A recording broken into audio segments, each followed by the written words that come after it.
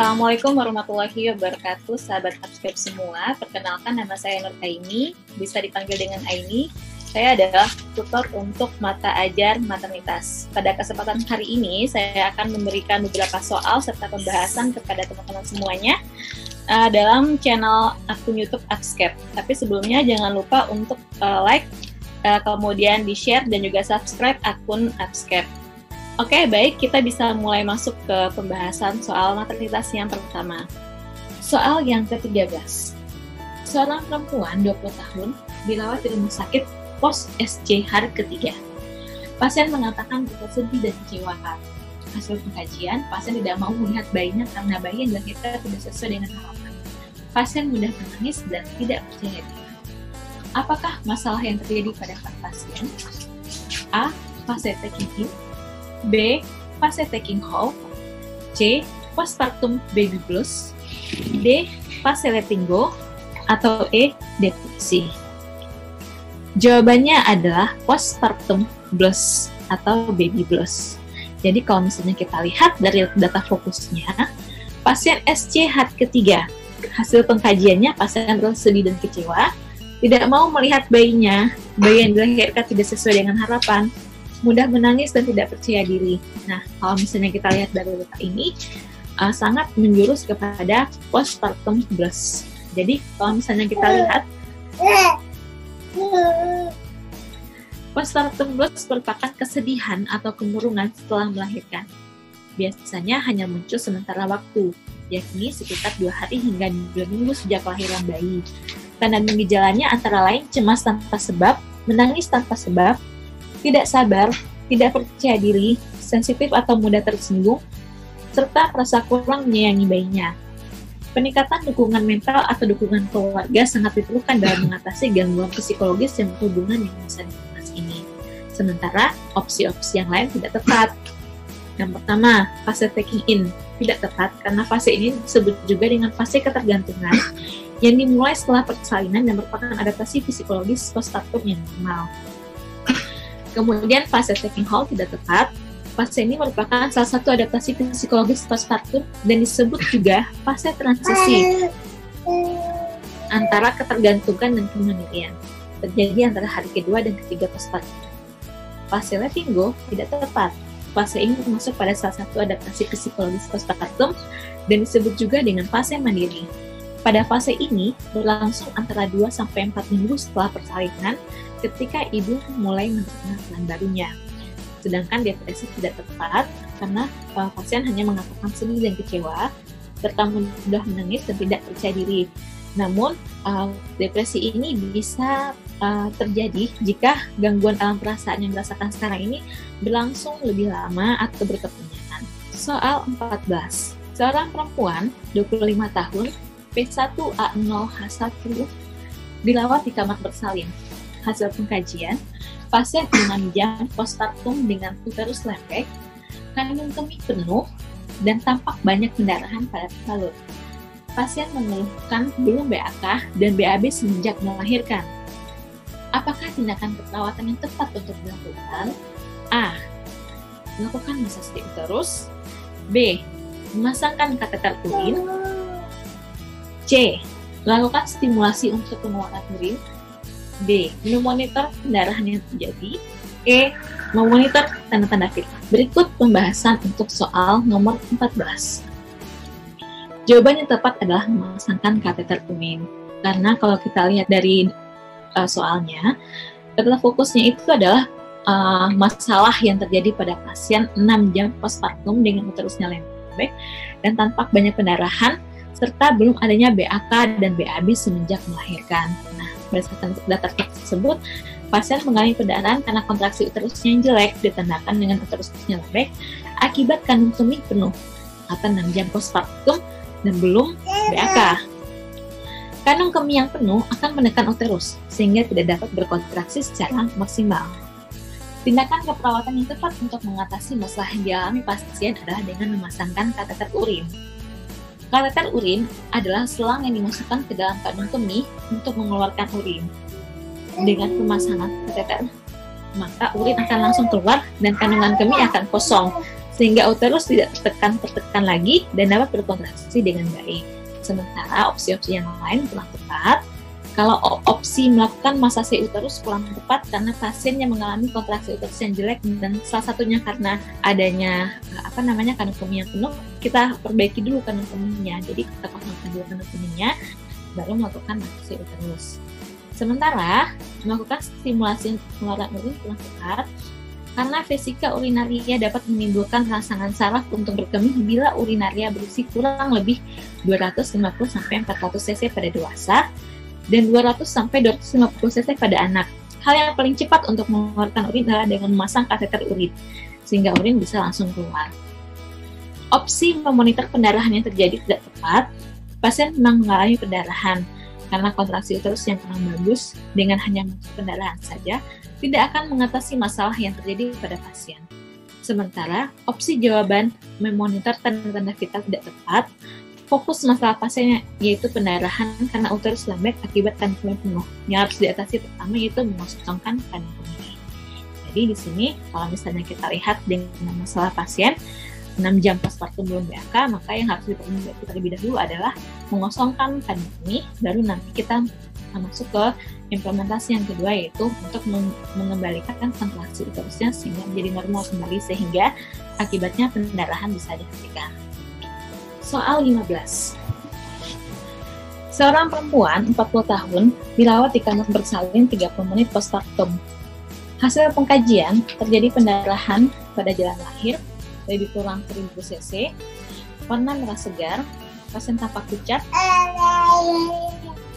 akral dingin, frekuensi nadi 126 kali per menit, pulsasi lemah, tekanan darah 80-50 mm/Hg, frekuensi nafas 26 kali per menit, CRT lebih dari 3 detik, uterus trouble lembek berada di 2 jari di bawah pusat. Apakah tindakan utama pada pasien? A. Menganjurkan bed rest total. B. Memasang nasal kanul O2 4 liter per menit. C. Mengajarkan teknik relaksasi napas dalam.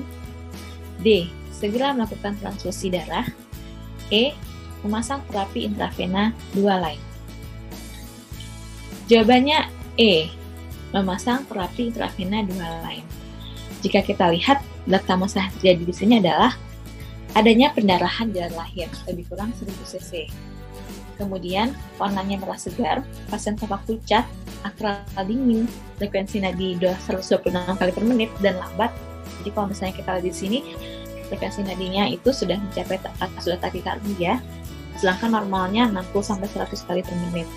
Kemudian tekanan darahnya juga hipotensi, normalnya 100-120 dengan 60-80 kali per menit. Kemudian frekuensi nafasnya cepat juga 26 kali per menit, di mana normalnya itu adalah 16-20 kali per menit. Artinya lebih dari 3 detik, sedangkan normalnya itu adalah kurang dari 2 detik. Uterusnya lembek dan berada di 2 jari di bawah pusat. Nah, berdasarkan data di atas, pasien telah mengalami shock hipovolemi. Shock adalah kegagalan sistem kardiovaskular untuk memenuhi kebutuhan tubuh untuk perfusi organ dan oksigenasi jaringan. Perdarahan adalah penyebab shock yang paling umum dan sering terjadi. Tanda dan gejala shock yang dapat dengan mudah dan cepat dikenali adalah nadi pasien cepat dan lemah, akral dingin, dan lambat waktu pengisian kapiler. Nah, berdasarkan data di atas, pasien berada pada perdarahan kelas 2, yaitu kehilangan volume darah 15-30%, atau sekitar 750-1500 cc. Gejala klinis yang terjadi, takikardi, takipneu, dan penurunan tekanan nadi. Langkah awal yang perlu dilakukan untuk mengatasi shock adalah dengan memasang intravena 2 jalur guna memberikan cairan. Maksudnya adalah untuk memberikan terapi cairan secara simultan, sehingga komponen darah jika memungkinkan, sehingga penggantian cairan primer atau kristaloidnya pada pendarahan kelas 2 akan memperbaiki keadaan sirkulasi. Kita lihat tinjauan opsi yang lain. Opsi menganjurkan untuk bed rest total tidak tepat, karena hal ini tidak bisa membantu mengatasi shock yang dialami pasien. Opsi memasang nasal kanul O2 4 liter per menit tidak tepat, karena pasien memang memiliki frekuensi pernafasan 26 kali per menit, namun yang harus dilakukan pertama kali adalah mengganti cairan yang hilang. Opsi mengajarkan relaksasi nafas dalam tidak tepat, Hal ini tidak bisa membantu mengatasi syok akibat kehilangan cairan atau perdarahan yang dialami pasien. Opsi memberikan transfusi darah juga kurang tepat. Transfusi darah diberikan pada pasien yang kehilangan darah 1.500 sampai 200 cc atau lebih, dan atau pasien yang dalam keadaan anemis atau Hb kurang dari 8 gram UDL. Pada kasus pasien kehilangan darah 1000 cc dan Hb tidak diketahui. Soal ke-16. Seorang perempuan 38 tahun datang memeriksakan kehamilannya di puskesmas. Hasil pengkajian, pasien mengatakan bahwa ia telah memiliki 6 orang anak dan pernah mengalami keguguran 2 kali. Bagaimanakah status obstetri pasien? A. G8P6A2H6, B. G9P6A2H6, C. G8P8A2H6, D. G9P8A2H6, E. G6P6A2H2. Jawabannya B. G9P6A2H6. Data fokus. Pasien mengatakan memiliki anak sudah 6, keguguran 2 kali, kemudian kehamilannya ini merupakan kehamilan yang ke-9. Mohon maaf, di sini data fokusnya mungkin beberapanya salah ya. Jadi kita lihat contohnya saja di soalnya ya. Di sini dikatakan pasien datang memeriksakan kehamilannya, berarti pasien dalam keadaan hamil atau juga tidak. Kemudian hasil pengkajiannya, pasien memiliki 6 orang anak dan pernah keguguran 2 kali. 6 tambah 2, 8, berarti sebelum dia hamil ke sekarang sudah pernah 8 kali hamil sebelumnya, sehingga ini adalah kehamilan yang ke-9.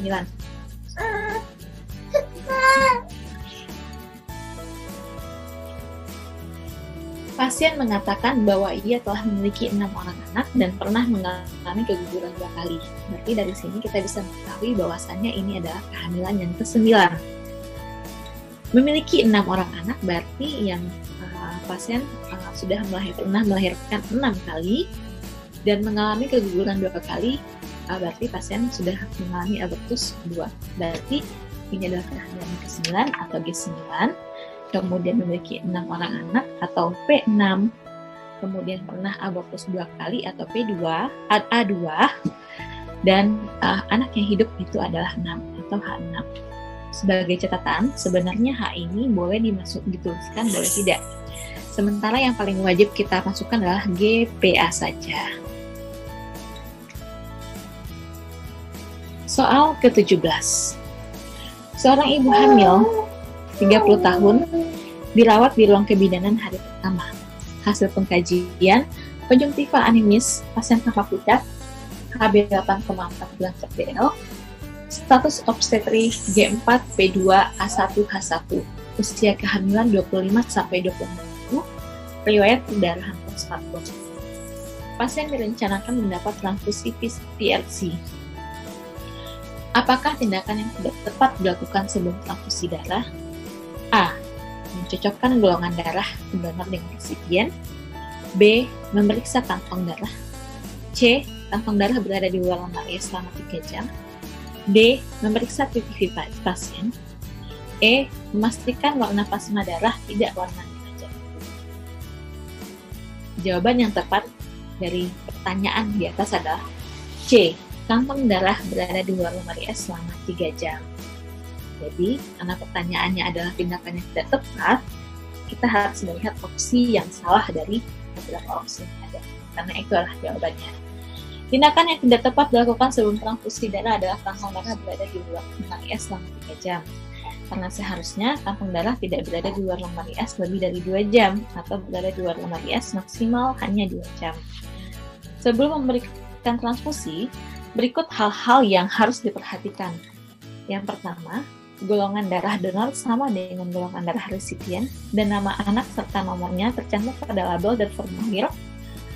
Pada kasus gawat darurat, kurangi risiko terjadinya ketidakcocokan atau reaksi transfusi dengan melakukan uji silang golongan darah spesifik atau golongan darah OB tersedia. Kantung darah transfusi tidak bocor, kantung darah tidak berada di luar lemari S lebih dari 2 jam, karena plasma darah tidak merah jambu atau bergumpal, dan saudara merah tidak terlihat punggung atau hitam. Tanda gagal jantung jika ada, beri furosemid 1 mg per kilogram berat badan 4 atau transfusi darah pada anak yang sirkulasi darahnya normal. Jangan menyuntik ke dalam kantong darah, lakukan pencatatan awal suhu tubuh, frekuensi nafas, denyut nadi anak, jumlah awal darah yang ditransfusikan harus sebanyak 20 ml per kilogram berat badan darah utuh, diberikan selama 3-4 jam. Mohon maaf, Angga, ini soal nomor 17 ini bukan soal maternitas ya, tapi soal anak. Jadi kalau bisa mungkin di-cut aja ya. Atau di ituin aja Kak, dimasukin aja kali. Oh, yaudah kalau mau masukin. Tanggung, tapi ini nanti dia mau dibagi 5-5 soalnya Kak. Oh iya yaudah. Bacain aja Kak. Udah sih, udah kakak bacain. Oh iya. Okay. Ini bukan ini. Apa? Bentar. Kok nggak ini ya? Tidak sinkron antara soal sama pembahasan itu maksudnya. Karena karena soalnya soal ibu, tapi pembahasannya pembahasan anak gitu. Khawatirnya ini kalau bisa sih nomor 17 ini mungkin dilihat aja dulu ya, ditanyakan lagi, soalnya bukan kakak nih yang bikin soalnya ini. Panjang. Iya Kak. Jadi ini soalnya itu kan ibu hamil. Nah, pembahasannya itu ada anak-anaknya. Kakak khawatirnya ini soal anak nih kayaknya nih. Kalau ininya sih cocok, opsinya pas, cuma pembahasannya yang kurang pas gitu. Ya Kak. Soal 18. Seorang perempuan berusia 21 tahun datang ke puskesmas untuk memeriksakan kehamilannya. Hasil pengkajian, status obstetri G1P0A0H0, usia kehamilan 16-17 minggu, HPHT diketahui pada tanggal 25 Mei 2018, tekanan darah 120/70 mm Hg, frekuensi nadi 82 kali per menit, frekuensi nafas 20 kali per menit, serta suhu 36,7 derajat Celcius. Kapankah taksiran persalinan pasien? A. 2 Maret 2019, B. 2 Februari 2019, C. 2 Januari 2019, D. 18 Februari 2019, E. 18 Maret 2019. Jawabannya adalah A, 2 Maret 2019. Kalau misalnya kita lihat di sini, sebenarnya teman-teman cukup berfokus pada HPHT. HPHT ini hari pertama haid terakhir atau kapan hari pertama menstruasi terakhirnya. Kemudian kita bisa melakukan menghitung usia kehamilan dan taksiran persalinan, salah satunya dengan menggunakan hukum Nagel. Hukum Nagel mengasumsikan bahwa wanita memiliki siklus menstruasi 28 hari dan kehamilan terjadi pada hari ke-14. Hukum Nagel sebagai berikut. Setelah mengetahui HPHT-nya, kurangi 3 dari kalender bulan dan menambah 7 pada hari, atau tambah 7 hari dari HPHT dan hitung maju 9 bulan kalender. Untuk lebih mudahnya, teman-teman cukup berfokus pada 2 rumus ini. Yang pertama, rumus bulan Januari sampai Maret. Yang kedua, rumus bulan April sampai Desember. Nah, untuk rumus bulan Januari sampai Maret, harinya tambah 7, bulannya tambah 9, sedangkan tahunnya tetap. Sementara, untuk bulan April sampai Desember, harinya tambah 7, bulannya kurang 3, tahunnya ditambah 1. Nah, karena di sini HPHT-nya 25 Mei 2018, berarti kita menggunakan rumus yang kedua, yaitu rumus April sampai Desember, sehingga taksiran persalinannya menjadi hari tambah 7, bulan kurang 3, tahun ditambah 1. Sehingga hasilnya adalah 2 Maret 2019. Demikian pembahasan soal matritas pada kesempatan kali ini. Semoga membantu teman-teman dalam belajar, terutama dalam persiapan uji kompetensi, sehingga bisa lulus secara maksimal dalam 1 kali ujian. Saya akhiri dengan membacakan Alhamdulillahirrahmanirrahim. Semoga bermanfaat. Mohon maaf apabila terdapat kesalahan. Jangan lupa teman-teman untuk bisa berbagi video ini kepada teman-temannya yang lain jika berasa ini bermanfaat. Subscribe dan juga serta like video ini. Yang paling penting subscribe channel Upscape. Demikian, Assalamualaikum warahmatullahi wabarakatuh.